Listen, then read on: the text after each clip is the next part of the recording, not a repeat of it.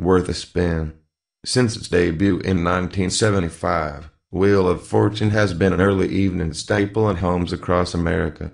Its engaging simplicity as a viewer shouting answers at their television sets for almost 40 years now, and the tension stirred by a spin of its titular wheel has been felt by everybody rooting either for or against any given contestant. It's a fun game to watch, that much is clear, but would you actually do as well with these puzzles if you were playing yourself? Well, Wii U owners can find out the answer to that question with Wheel of Fortune, which is an adaptation so faithful that they hired host Pat Sajak, hostess Vanna White, and announcer Jim Thornton to lend an air of authenticity to the proceedings. The result is a bit mixed, but we do think it's safe to say that if you love the show, you're likely to enjoy the time you spend here. Yeah, I love this show for the fortune of Wheel.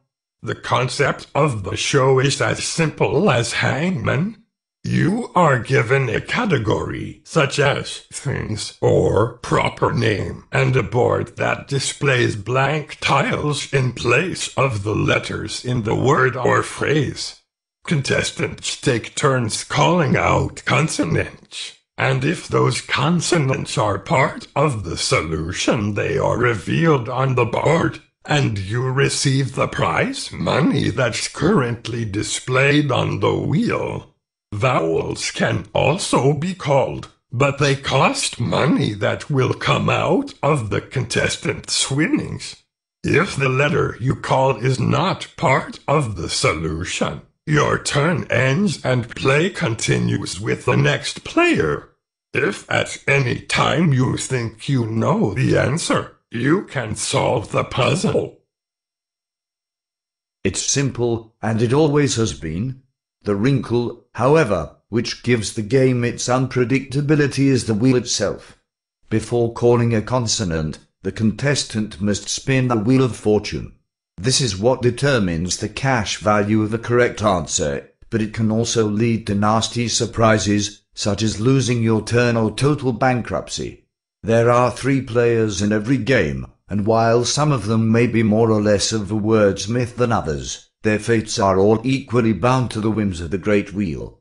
This is both a good and a bad thing when playing at home, as it serves as a way to ensure that nobody wins consistently and nobody loses consistently. But it can also get frustrating for the same reason, as an entire round's worth of cash and prizes can be sucked away in an unavoidable instant. The Wii U version of the game plays very well, though that's to be expected when the entirety of the interaction has to do with selecting letters one by one. Even the NES version handled that well enough. Player 1 uses the gamepad, and everyone else gets a Wii remote, and the controls are uniformly good. For instance, anyone can select their letters with the D-pad and buttons, while the gamepad holder can simply tap them on the screen, and the Wii remote users can point at the television. It all works very well, and no matter what controller you end up with, you should be able to find a comfortable option. If there are fewer than 3 human players available, the CPU will take over the vacant slot. We'd recommend turning the queue down to easy if that's the case, though, because if it's set too high, characters simply end up solving every puzzle they can, with their turn not ending unless they happen to have an unfortunate turn of the wheel. And you'll have to sit back and watch patiently as they play through the final round alone. That's not much fun. You can customize your players to a respectable extent, and you unlock more items of clothing as you play. Some of these, especially the trousers and shoes, are kind of pointless to unlock as you almost never see them, but it's a nice enough gesture.